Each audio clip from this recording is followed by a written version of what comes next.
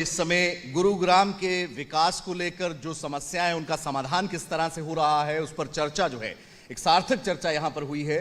और तमाम मुद्दे इसी तरह से जो हैं, चाहे वो सियासत से जुड़े हैं, चुनाव से जुड़े हैं, शहर के विकास को लेकर जुड़े हैं, उन तमाम मुद्दों पर पूरा दिन इसी तरीके से शाइनिंग हरियाणा के इस मंच के माध्यम से जो है वो हम लगातार चर्चा जो है वो करते रहेंगे।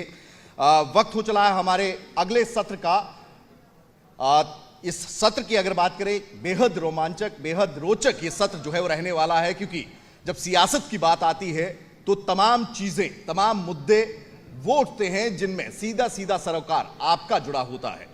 लेकिन उससे पहले एक बहुत खास लम्हा है विपिन, क्योंकि हम जब भी कुछ नया करते हैं हम चाहते हैं कि उस किसी भी नएपन का आगाज जो है वो बहुत ही शानदार तरीके से होना चाहिए। इंडिया न्यूज़ हरियाणा भी अपनी बिग डिबेट शाम 6 बजे लेकर आ रहा है और हम चाहेंगे कि आप भी उसकी एक झलक देखिए, एक प्रोमो देखिए। हमारे मैनेजिंग एडिटर मुकेश राजपूत उसको होस्ट करेंगे। मैं चाहूंगी कि सर आप प्लीज मंच पर आइए। और साथ ही साथ मैं अगले सत्र के लिए भी और साथ ही साथ इस प्रोमो लॉन्च के लिए भी बुलाना चाहूंगा मोहनलाल बड़ौली साहब, प्रदेश अध्यक्ष भारतीय जनता पार्टी, संगठन, सियासत और चुनाव। यह अगला सत्र है, लेकिन देश की पत्रकारिता में एक अहम योगदान और एक बड़ा योगदान देने वाले मुकेश राजपूत, हमारे मैनेजिंग एडिटर जो है, उनको भी हम मंच पर बुलाना चाहेंगे। और साथ ही साथ इस प्रोमो लॉन्च के माध्यम से जो कार्यक्रम, ये वो कार्यक्रम है बिग डिबेट, जिसके माध्यम से सीधे सीधे आपके मुद्दे, यानी कि जनता के सरोकार की बात,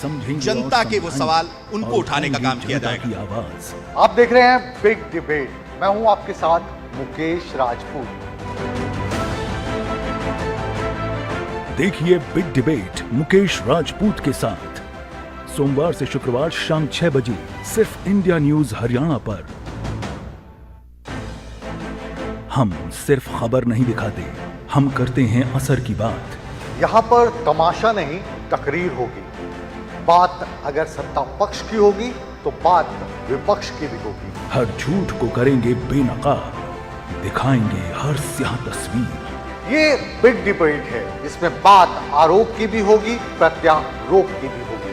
राजनीति समझेंगे और समझाएंगे और उठाएंगे जनता की आवाज। आप देख रहे हैं बिग डिबेट, मैं हूं आपके साथ मुकेश राजपूत। जोरदार तालियां। देखिए, अभी तो मेरे बाज की असली उड़ान बाकी है, अभी तो कई परिंदों का इम्तिहान बाकी है, अभी तो लांघा है हमने सिर्फ पर्वतों को, अभी तो पूरा आसमान बाकी है। तो अभी पूरा आसमान हमारे लिए है और हम इस आसमान की जो ऊंचाई है उसको छूने के लिए हर दिन एक नया प्रयास करते रहते हैं। उन्हीं में से एक प्रयास हमारा बिग डिबेट के जरिए है। हम चाहेंगे कि अब हम अपने अगले सत्र की ओर आगे बढ़ें। Over to you Mukesh sir. राम राम।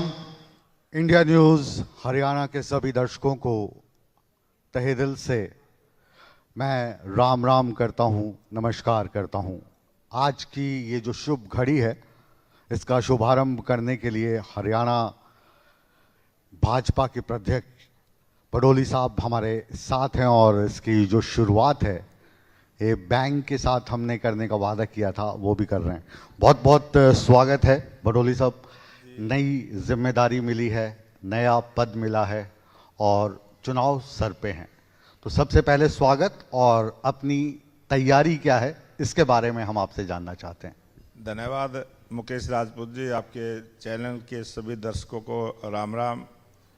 और आज शाइनिंग हरियाणा, आपका ये प्रोग्राम पहले भी हमने देखा है जी, और राजनीति की चर्चा आप इस प्रोग्राम के माध्यम से आपने अच्छी की है। और अभी जैसे ही मैं आया तो आपने गुड़गांव के सुंदरता के लिए जो पैनल लिस्ट बैठा रखे थे, चर्चा मैंने सुनी है, अच्छी है, बढ़िया है। मैं आपके इस प्रोग्राम की, आपके चैनल के सभी मेंबरों को बधाई भी देता हूं, शुभकामना भी देता हूं। और जिस उद्देश्य को लेके आपने ये शुरू किया है हरियाणा, क्योंकि अभी बहुत जल्दी चुनाव होने हैं और चुनाव के समय इस प्रकार की चर्चा आम लोगों में भी रहनी है। तो आज आपने उद्घाटन सत्र पर मुझे बुलाया और पार्टी का जो विषय आपने रखा है कि क्या तैयारी है, जी बिल्कुल, क्योंकि एक पत्रकार होने के नाते, एक जिम्मेदार न्यूज़ चैनल होने के नाते हमारी जिम्मेदारी है कि इस मंच से हम सत्ता पक्ष की बात रखें, विपक्ष की बात रखें, आप जो कर रहे हैं उसको जनता तक पहुंचाएं और जनता की जो उम्मीद है उस पे आप कहां तक खरा उतर रहे हैं वो जानने की कोशिश करें। वहीं पर अगर आपका सवाल है तो आप अभी प्रदेश प्रभारी हैं, आपकी जिम्मेदारी संगठन की है, सरकार की है। प्रदेश अध्यक्ष के नाते जी मुझे जिम्मेवारी 9 तारीख को ही, अभी आज 20 तारीख है, 11 दिन हुए जी।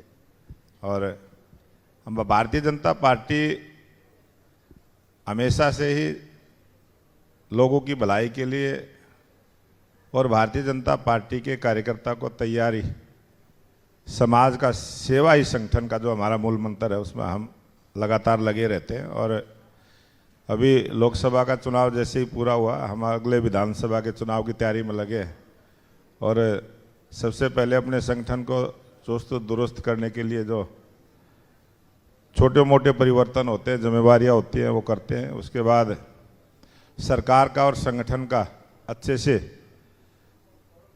समन्वय बन के और जो सरकार की योजनाएं हैं वो कार्यकर्ता के माध्यम से जनता तक जाए।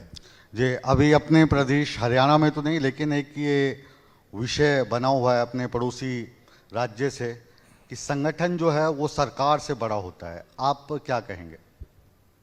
संगठन के माध्यम से सरकारें आती है और संगठन के कार्यकर्ता यही काम करते हैं क्योंकि वो जनता के बीच में रहते हैं और सरकार की जो लाभकारी योजनाएं, सरकार का जो काम है उसका जो प्रचार का प्रसार का जो काम है वो कार्यकर्ता करता है। इसलिए कार्यकर्ता हमारी ताकत है और कार्यकर्ता के दम पे सरकारें बनती हैं। कार्यकर्ता ही बूथ पे उस सरकार लाने के लिए लड़ाई लड़ता है और जब कार्यकर्ता में जोश होता है सरकार लाने का तो जनता से वो सहयोग भी लेता है और जनता उसकी मदद करती है। पीछे एक ये भी चर्चा चली थी कि पहले जो पार्टी थी भारतीय जनता पार्टी, छोटी पार्टी थी, थोड़े लोग थे, संगठन उस समय बड़ा था। अब जो पार्टी है वो काफ़ी बड़ी हो गई है, दुनिया की सबसे बड़ी पार्टी हो गई है, अपने आप में सक्षम है निर्णय लेने के लिए और संगठन जो है वो एक विचारधारा है। भारतीय जनता पार्टी जब हमारे देश के गृह मंत्री अमित शाह जी हमारे राष्ट्रीय अध्यक्ष थे उस समय दुनिया की सबसे बड़ी राजनीतिक पार्टी बनी, दुनिया के सबसे बड़े ज़्यादा सदस्य भारतीय जनता पार्टी के बने और आज भी दुनिया की सबसे बड़ी राजनीतिक पार्टी भारतीय जनता पार्टी है। और भारतीय जनता पार्टी आज प्रत्येक बूथ पर, प्रत्येक पन्ने तक कार्यकर्ता को ड्यूटी के साथ सबकी नियुक्ति और पूरे तालमेल के साथ आज लगातार 2014 से केंद्र में हमारी सरकार है, हरियाणा प्रदेश में 14 से हमारी सरकार, और हमारी सरकार ने जो काम किए हैं वो सबके सामने, जनता के सामने। जब जब भी चुनाव होते हैं तो जनता के बीच में जाके हमने अपनी सरकार की हिसाब को देने का काम किया है। जी, हिसाब की बात भी करूंगा। अभी जब 2014 में आपकी सरकार आई, फिर 2019 में आपकी सरकार आई, लोकसभा में आपकी 10 में से 10 सीट आई, तो लग रहा था कि पार्टी का पूरी तरीके से दबदबा है। अब 10 साल सत्ता में हो गए, आपने लोगों के 10 काम किए होंगे, एक नहीं किया होगा, तो वोटर कार्यकर्ता नाराज हो जाता है कि एक क्यों नहीं किया, क्योंकि उसका अधिकार है। तो 5 सीट इस बार आप जीत पाए, 5 हार गए, तो इसको आप 50-50 के तौर पर किस तरीके से देखते हैं? हार है, जीत है या क्या है ये? आपने चुनाव की चर्चा की है, 5 सीटें हम जीते, 5 हारे, और जो पूरे हरियाणा प्रदेश में वोट परसेंटेज है उसमें हम कांग्रेस से आगे हैं। हमारा 40%, हम 3% कांग्रेस से ज़्यादा वोट हमने प्राप्त किया है। अगर आप पूरे देश की चर्चा करेंगे, पूरे देश में 0.8% वोट भारतीय जनता पार्टी का 2019 और 2024 के आंकड़े में घटा है। लेकिन जो विपक्ष था वो भी एकजुट हुआ है। जो तीसरा फ्रंट जहाँ होता था वो इकट्ठा हुआ है, जिस कारण से ये हमारी सीटें घटी हैं। और हरियाणा प्रदेश में भी ऐसा ही हुआ, पूरे देश में भी ऐसा ही हुआ। और आपने देखा होगा कि आज भारतीय जनता पार्टी के 41 विधायक हैं, 90 विधानसभा सीटें हैं, इसमें से 44 विधानसभा सीट हमने जीत के आए हैं। 42 विधानसभा की सीटें कांग्रेस ने जीती है, हम उससे भी आगे रहे हैं। और जहां 12 विधायक कांग्रेस के थे, उन सीटों पर भी भारतीय जनता पार्टी जीत के आई है। तो हम कांग्रेस से बहुत आगे हरियाणा में हैं। ओवरऑल रिजल्ट तो ये रहा कि 5 आप हारे, 5 जीते। आप के जो मुख्य विपक्षी पार्टी वो कांग्रेस है, उन्होंने कहा है कि अब हम हिसाब मांगेंगे। उन्होंने हिसाब मांगना शुरू किया तो भूपेंद्र सिंह हुड्डा से ईडी हिसाब किताब लेने के लिए पहुंच गई। कांग्रेस पार्टी का हिसाब किताब जनता, जब चुनाव आता है जनता देती है और जनता देगी, क्योंकि 10 वर्षों तक उन्होंने जो कुशासन हरियाणा प्रदेश में किया, और जब से भारतीय जनता पार्टी की सरकार है, जब से जिस प्रकार के आंदोलनों के माध्यम से प्रदेश को डिस्टर्ब करने का काम कांग्रेस ने किया है। कांग्रेस पार्टी हमेशा से ही जो भी लोगों को कठिनाई पैदा करने के जितने भी आंदोलन होते हैं, उन सब में कांग्रेस की भागीदारी होती है। और वो कानून व्यवस्था खराब हो, इस प्रकार के आंदोलन कांग्रेस पार्टी करती रही है। कभी भी उन्होंने सकारात्मक विपक्ष की राजनीति नहीं की है। बांटो और राज करो की राजनीति जो कांग्रेस की रही है, उन्होंने उसी को फोकस रखते हैं, उसी पर वो काम करते हैं। और जो आपने ईडी की बात की है, जो जिस प्रकार का काम करता है उसकी जांच एजेंसियां होती हैं, सरकारी जांच एजेंसियां, वो हमेशा से ही आरोप लगाते हैं।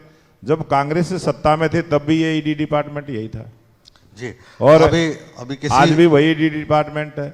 लेकिन जो काम उन्होंने किया, जो जांच एजेंसी, आप सबने देखा होगा चुनाव के समय भी ढेरों नोट निकलते हैं, कमरे भरे हुए हैं, कई कई दिन नोट गिनने में लग जाते हैं, और वो कांग्रेस के नेता हैं। जब कोई छापा पड़ता है तो ये कांग्रेस के नेताओं के पास ही नोट क्यों मिलते हैं? प्रश्न ये है, और इस प्रश्न का जवाब जनता चुनाव में देती है। छापा भी आप वहीं पे मारते हैं ना, वहीं पे मिलेगा। छापा तो ईडी डिपार्टमेंट स्वतंत्र एजेंसी है, वो मारती है। कोई सरकार, कोई राजनीतिक पार्टी छापा नहीं मारती है।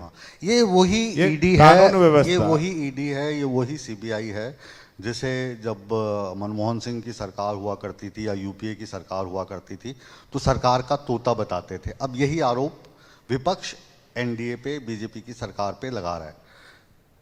लगातार 10 वर्षों से हमारी सरकार है। पूरे 10 वर्षों में अगर सरकारी स्तर पर कोई घोटाला केंद्र में हुआ हो, जहाँ जहाँ हमारी प्रांतों में सरकार है, प्रांतों में हुआ हो, यही तो साफ सुथरी राजनीति भारतीय जनता पार्टी करती है। बगैर भ्रष्टाचार के सरकार काम करे। सरकारी स्तर पर जो बड़े बड़े घोटाले होते हैं, कागजों में जो पैसे को खाया जाता है, सरकारी पैसा जमीन तक आए, ये हमारी सरकार की सोच है। उसी आधार पर हम काम करते हैं। और आपने देखा लगातार 10 वर्षों से देश की जनता भी सब समझते हैं कि भारतीय जनता पार्टी की सरकार ने बहुत बड़ा काम किया है कि सरकारी पैसे का दुरुपयोग ना हो, वो जहाँ लगना है वहाँ तक लगे। इस प्रकार की व्यवस्था हमने बनाने का काम किया और हम उसमें सफल रहे हैं। उसी का परिणाम है कि बार बार भारतीय जनता पार्टी की सरकार आती है। जिस प्रांत में हमारी सरकार बनती है, हम बार बार आते हैं। हरियाणा प्रदेश में भी दूसरी बार हरियाणा प्रदेश की जनता के आशीर्वाद से आए, और अब तीसरी बार भी हरियाणा प्रदेश की जनता के आशीर्वाद से नायब सिंह सैनी जी के नेतृत्व में सरकार बनेगी। चलिए, ये मैं आपसे पूछूंगा कि जो हरियाणा की जनता इस कार्यक्रम को देख रही है, वो आपको तीसरी बार क्यों चुने? राजीव गांधी कहा करते थे कि मैं अगर अपने लोगों को, गरीब जनता को 1 रुपया भेजता हूं तो 15 पैसे पहुंचते हैं, यानी 85% पैसा जो है वो गायब हो जाता है, भ्रष्टाचारी लोग खा जाते हैं। मोदी साहब या आप कहें कि नायब सिंह सैनी जो पैसा जनता को भेज रहे हैं 1 रुपया, उसमें से कितना पैसा पहुंच पा रहा है?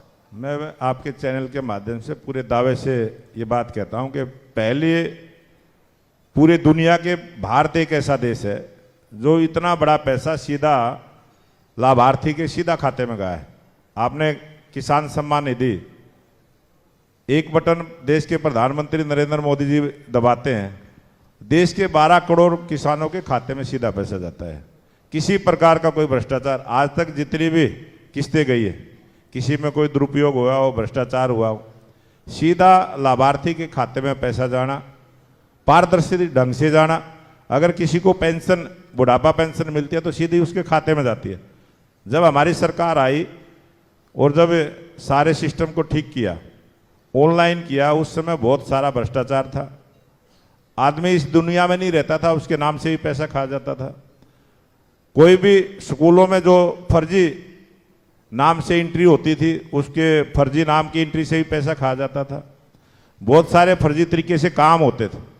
उन काम को भी हमने टेंडर व्यवस्था में सुधार करते हुए इस प्रकार की व्यवस्था की कि सरकारी पैसे का कहीं भी कोई दुरुपयोग ना हो। इस प्रकार की जो व्यवस्था भारतीय जनता पार्टी की सरकारों ने की है और उसी का ये परिणाम है जो आपने बदलता हुआ भारत देखा है। 2014 से पहले भी यही देश था, यही पॉपुलेशन थी, यही सरकारें थी।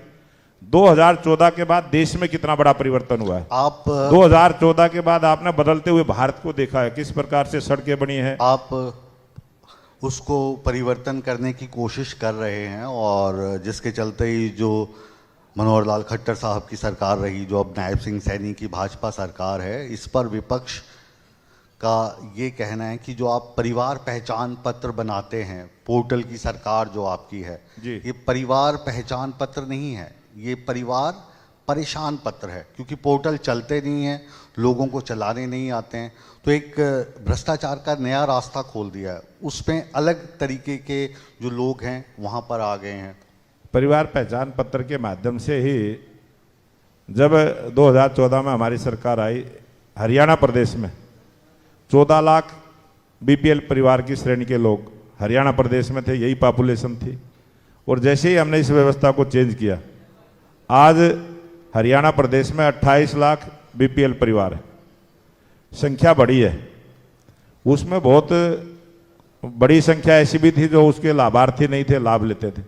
जब कोई व्यवस्था परिवर्तन होता है तो कई जगह कुछ लोगों को परेशानी होती है, उसी का वो मुद्दा बनाते हैं, लेकिन जो छोटी मोटी उसमें कमियां हैं उनको हमने दूर किया है। और आदमी तुरंत जाता है, एक एफिडेविट देता है, उसका समाधान हो जाता है। ये व्यवस्था हमने की है और बहुत परिवर्तन हुआ, बहुत बड़ा परिवर्तन हुआ। आज मैं मानता हूं कि पूरे हरियाणा प्रदेश में जो ऑनलाइन शिकायतें भी आई, 3.5 लाख कुल शिकायतें आज पेंडिंग है। अभी तो आप कैंप वगैरह भी लगा रहे हैं, ये जो कैंप वगैरह लगाए, आपको नहीं लगता कि कैंप लगाने में बहुत देर कर दी? दूसरा सवाल मेरा सरपंचों को लेकर है। सरपंच आपसे नाराज रहे, पंचकुला में धरना प्रदर्शन किया, उनकी जो राशि थी वो घटा दी गई है, अब वो बढ़ाकर 21 लाख कर दी गई है। लेकिन कुछ जो सरपंच हमारे रिपोर्टर से मिलते हैं, दूसरे लोगों से मिलते हैं, कह रहे अभी घोषणा हुई है, चिट्ठी नहीं आई है। चिट्ठी कब आ जाएगी? बिल्कुल, नोटिफिकेशन उसका जारी हो गया है, चिट्ठी उसकी चली गई है और उस पर काम भी शुरू हो गया है। क्योंकि बहुत सारे काम टेंडर के माध्यम से हो, ये एक हमारी सरकार की सोच थी।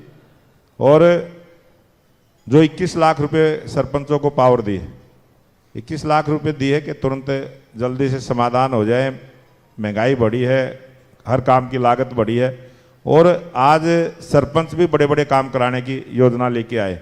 हमारी गली नलियों का काम, आज मैं ये मानता हूं कि पूरे हरियाणा प्रदेश में सभी गांव में कोई 5% कोई गली कहीं बची होगी। जितने भी हरियाणा प्रदेश में कॉलोनियाँ हैं, जो अनअप्रूव्ड कॉलोनियाँ हैं, उनको भी हमने बड़े पैमाने पर उनको पास करने का काम किया है और उन पर भी गली नालियों के काम चालू हैं। बहुत सारे देहात के अंदर भी आज आप पूरे हरियाणा में अगर देखेंगे तो 50% गाँव के जो खेतों के रास्ते हैं उनको भी पक्का करने का काम किया है। बहुत बड़े स्तर पर काम हुआ है।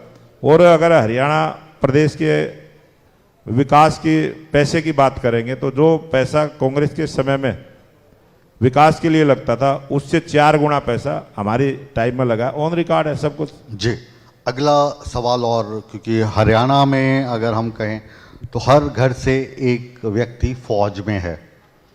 फौज हमारे लिए सम्मान का प्रतीक है हरियाणवियों के लिए। अब जो ये अग्निवीर योजना आई है, इसका पूरे देश में विरोध हुआ। अब इस अग्निवीर को लेकर कल प्रधानमंत्री से नायब सिंह सैनी मिले, उन्होंने भी इसकी जानकारी दी। तो उनको कंपेंसेट करने के लिए नई नई योजनाएं अब आप बना रहे हैं, 10% आरक्षण दे रहे हैं पुलिस में, CIS वगैरह में या दूसरी जगहों में। आपको लगता है ये जो अग्निवीर है, ये आपके जो अक्टूबर में चुनाव होने वाले हैं, इसमें एक बड़ा मुद्दा बन सकता है? हरियाणा प्रदेश में आज फौज के अंदर 10% भागीदारी हरियाणा के सैनिकों की है, बड़ी भागीदारी है।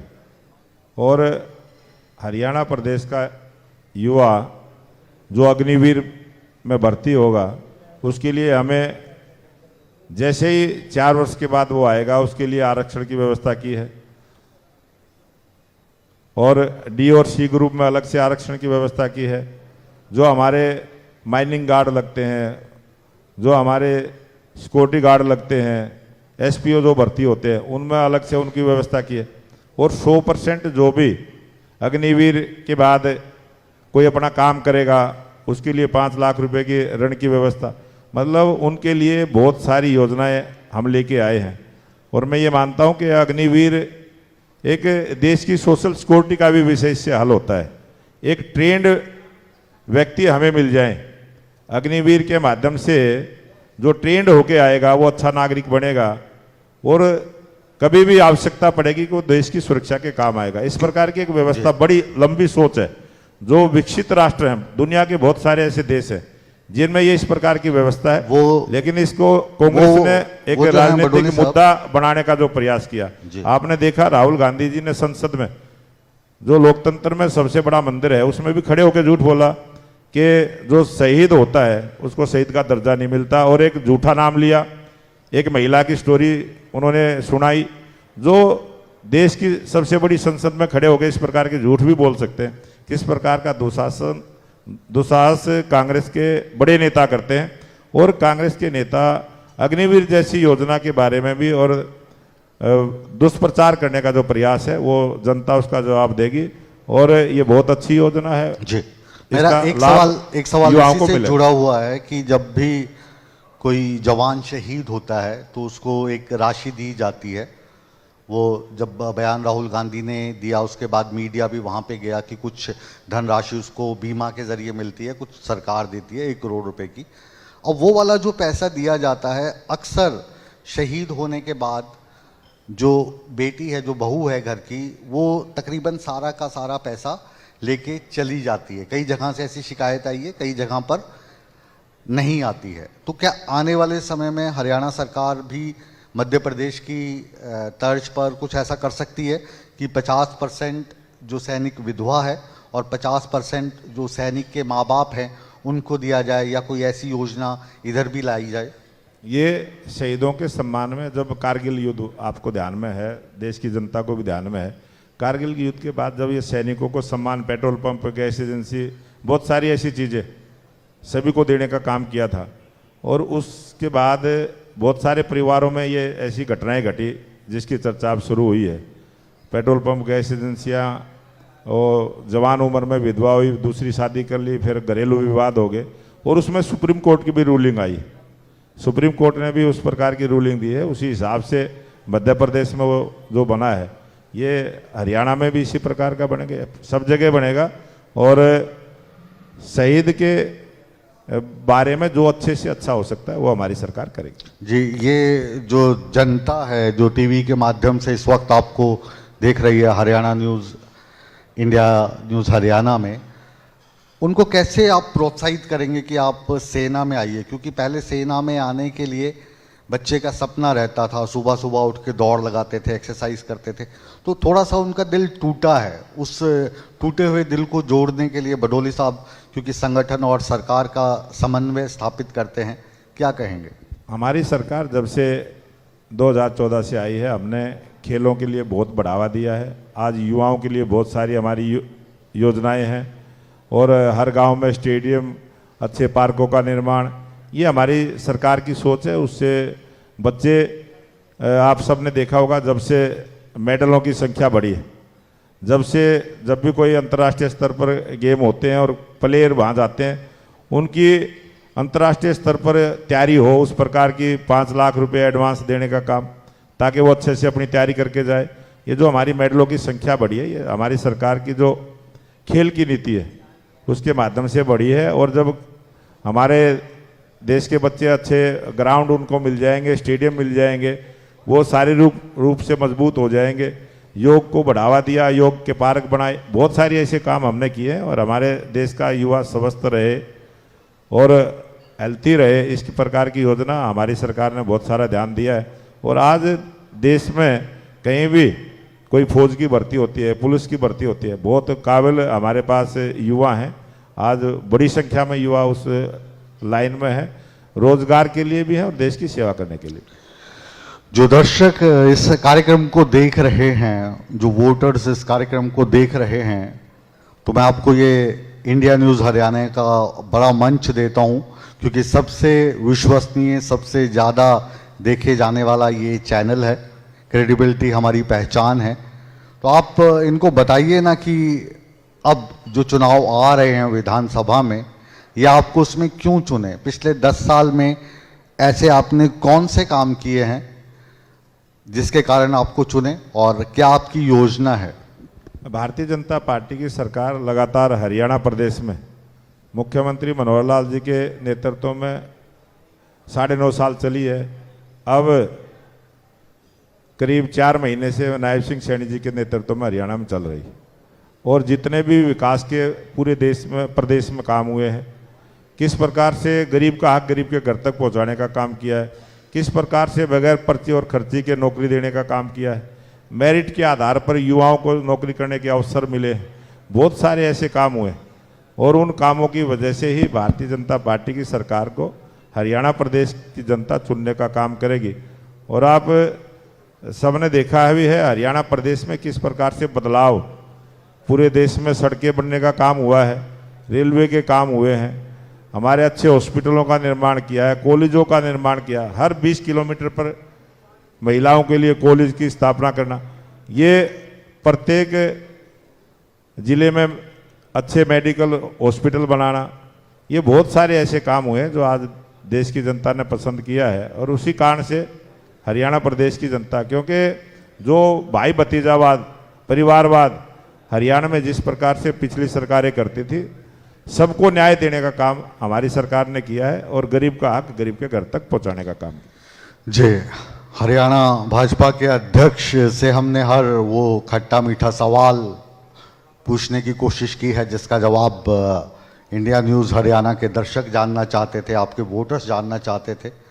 कितने सवालों का जवाब आपने ईमानदारी से दिया, कितने में गोल गोल घुमा दिया एक्सपीरियंस से, इसका फैसला हम जनता पे छोड़ते हैं। हमने 100% ईमानदारी से जो बात सच है वो कही है, और सभी दर्शकों के सामने कही है, दर्शकों ने उसको पसंद भी किया होगा। जी, चलिए, इसका फैसला हमेशा की तरह हम आप पे छोड़ते हैं, इंडिया न्यूज़ हरियाणा की ऑडियंस पे छोड़ते हैं। बहुत बहुत शुक्रिया बडोली साहब, आप हमारे इस कॉन्क्लेव में आए, हमारे बिग डिबेट का अपने प्रोमो लॉन्च किया, और इसी तरीके से ईमानदारी से कड़वे सवालों के साथ आपसे मुलाकात होती रहेगी, ये हमारा आपसे वायदा है। बहुत बहुत शुक्रिया। Thank you Mukesh Rajput. तो सार्थक चर्चा लगातार जारी है। मैं गुजारिश करूंगा सर आप मंच पर रहें। एक token of regard India news Haryana की तरफ से सर हमारे मैनेजिंग एडिटर मुकेश राजपूत जी, जोरदार तालियों से, तालियां जो है वो रुकनी नहीं चाहिए। ये जो सवालों के जवाब आते हैं ना, जब आप तालियां बजाते हैं तो उसमें तमाम चीजें जो हैं वो कहीं ना कहीं नेता भी मजबूर हो जाते हैं कि हाँ एप्रिसिएशन मिल रहा है तो और ज्यादा बात करें, तो तालियां जो है वो नहीं रुकनी चाहिए। लगातार जो है शाइनिंग हरियाणा के मंच के माध्यम से तमाम वो सवाल जो आपसे जुड़े हैं, आपके सरोकार से जुड़े हैं, उनको उठाने का काम जो है वो हमारी ओर से लगातार किया जाता रहेगा।